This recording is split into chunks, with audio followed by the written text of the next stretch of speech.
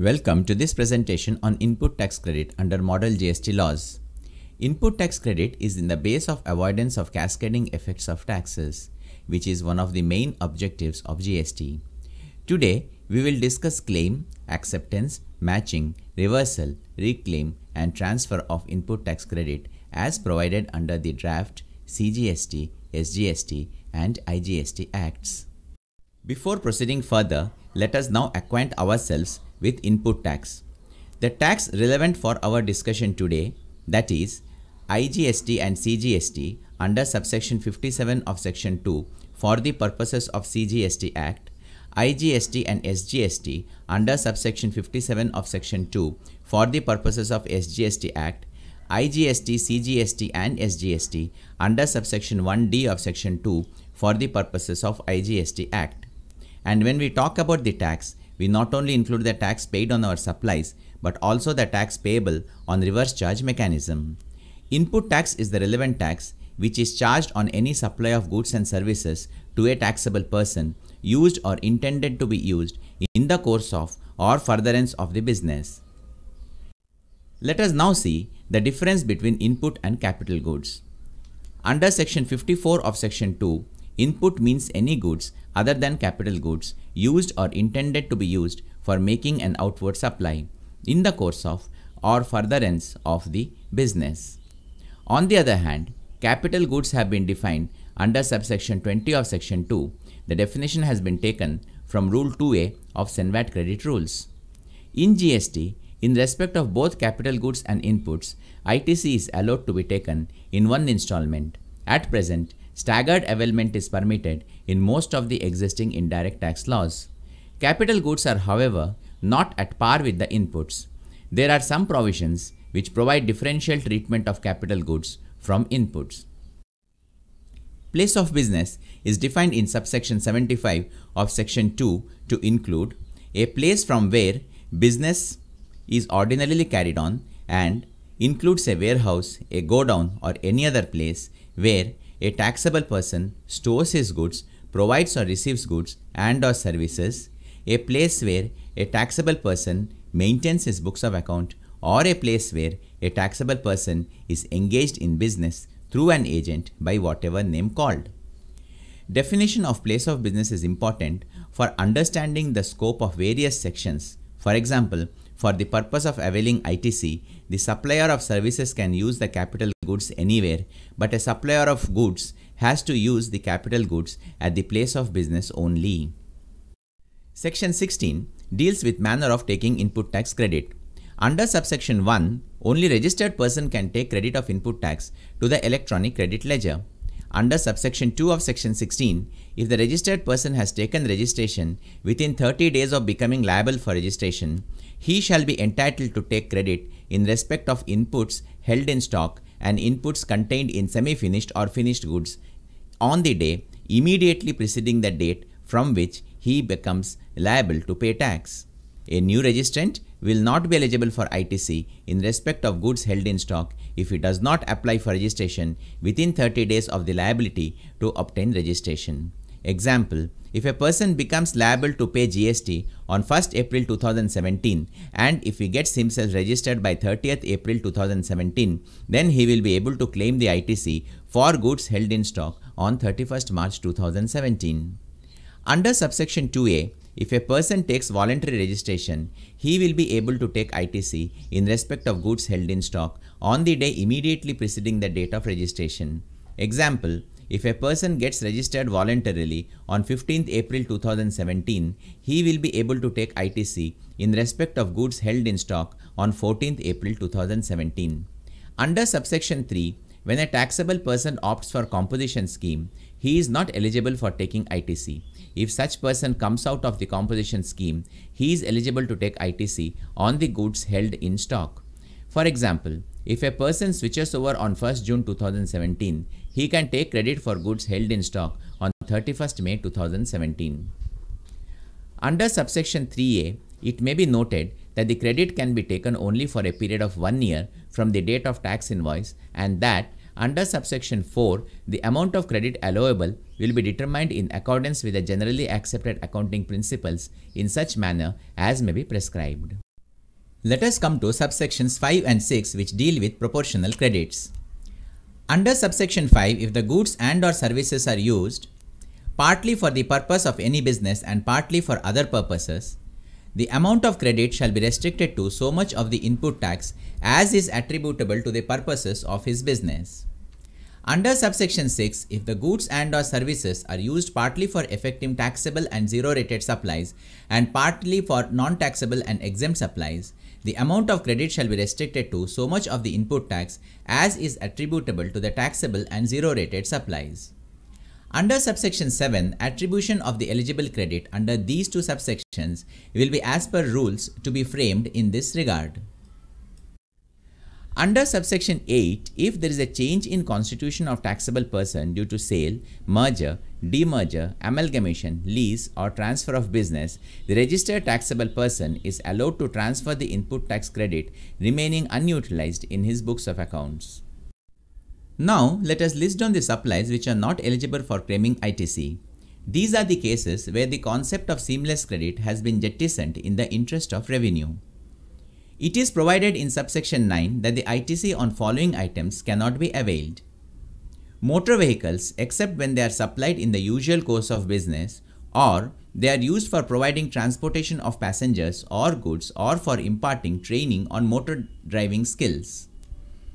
Goods and or services which are used primarily for personal use or consumption of any employee, like food and beverages, outdoor catering, beauty treatment, health services, cosmetic and plastic surgery, membership of a club or health and fitness center, life insurance or health insurance, and travel benefits extended to employees on vacation such as leave or home travel concessions. Goods and or services acquired by the principal in the execution of works contract when such contract results in construction of immovable property other than plant and machinery. Goods acquired by a principal, the property in which is not transferred, whether as goods or in some other form, to any other person, which are used in the construction of immovable property other than plant and machinery. Goods and or services on which composition tax has been paid. Goods and or services used for private or personal consumption to the extent they are so consumed. Under subsection 10, if the taxable person has claimed depreciation on the tax component of the cost of capital goods under Income Tax Act, then ITC cannot be taken on such taxes. This provision has been borrowed from the CENVAT credit rules and is based on the principle that the taxable person cannot enjoy double benefit even under two different statutes. Under subsection 15, ITC cannot be taken in respect of an invoice after the filing of the return under section 27 for the month of September following the end of financial year to which such invoice pertains, or filing of the relevant annual return whichever is earlier. Thus, the time given is till the September month's return is filed unless the annual return, which is due only on 31st December, has already been filed even before filing the September return. Subsection 11 lays down the conditions which a taxpayer has to fulfill in order to become eligible to claim ITC. The registered taxable person should be in possession of tax-paying document like an invoice, debit note, etc. issued by a supplier. The taxable person has received the goods and or services. ITC can be taken on an invoice billed to the taxable person even where goods have been delivered to a person other than the taxable person. This is in consonance with the place of supply provisions. The tax charged on such supply has been actually paid to the government either in cash or through utilization of input tax credit. The taxable person has furnished the return under section 27. Please note that under the present central indirect tax laws, filing of return by the recipient is not compulsory in order to take ITC. If the goods under an invoice have been supplied in installments, the taxable person should have received the last lot of installment for being eligible for taking ITC. In some situations, we have to surrender the credit already availed. Two such situations are dealt in subsection 12. Firstly, if a taxable person switches over to composition scheme, and secondly, if the supplies being made by a person becomes absolutely exempt. Such person has to pay an amount equivalent to input tax credit of inputs held in stock or inputs contained in semi-finished or finished goods held in stock. The credit should be reckoned on the day immediately preceding the date of such switchover or exemption. The amount payable is to be determined as per generally accepted accounting principles. The payment should be made by debiting the electronic cash register. Further, the balance of ITC in the electronic credit ledger after payment of the above amount shall lapse. The idea of this section is to ensure that these taxable persons do not get unjustly enriched. Let us now discuss the situations where ITC on capital goods are required to be reversed.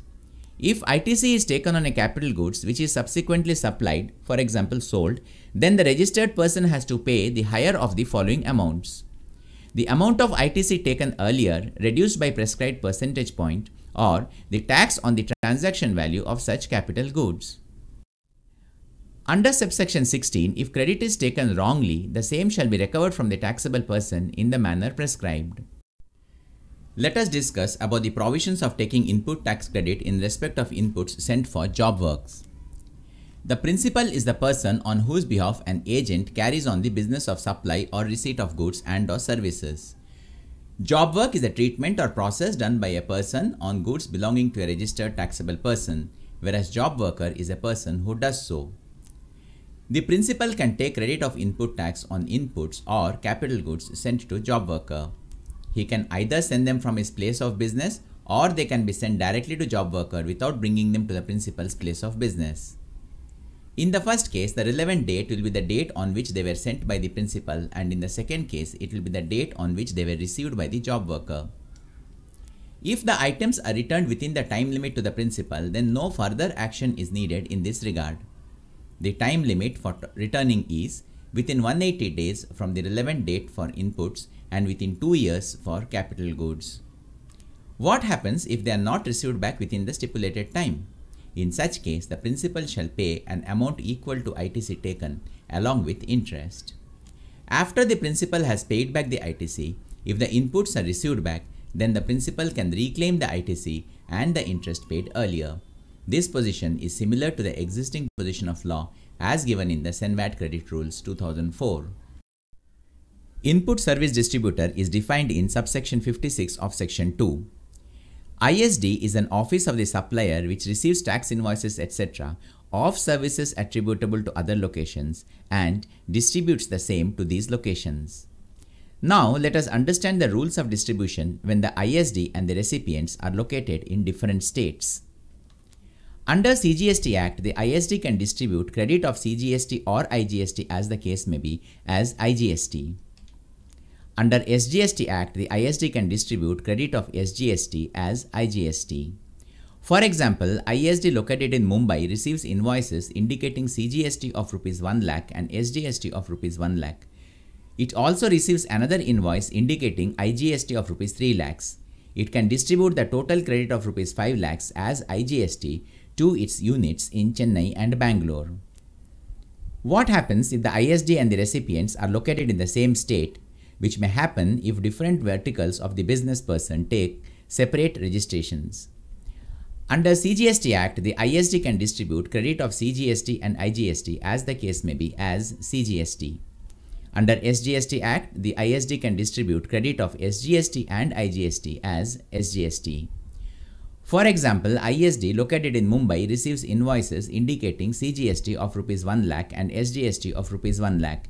It also receives another invoice indicating IGST of Rs 3 lakhs. It can distribute the CGST credit of Rs 1 lakh as CGST, SGST credit of Rs 1 lakh as SGST, and IGST credit of Rs 3 lakhs either as SGST or CGST to its unit in Thane. The total IGST credit distributed as CGST and SGST cannot exceed the IGST credit available. Credit is distributed to recipients through prescribed documents containing prescribed details. Such documents should be issued to each of the recipients. It may be noted that under section 17 subsection 3b, total credits distributed cannot exceed the amount available for distribution. Tax paid on input services used by a particular location has to be distributed only to that location. Credit of tax paid on input service used by more than one location who are operational is to be distributed to all of them on pro rata basis on turnover of each location in a state to aggregate turnover of all such locations who have used such services during the relevant period. Under explanation to subsection 2 of section 18, the period to be considered is the previous financial year.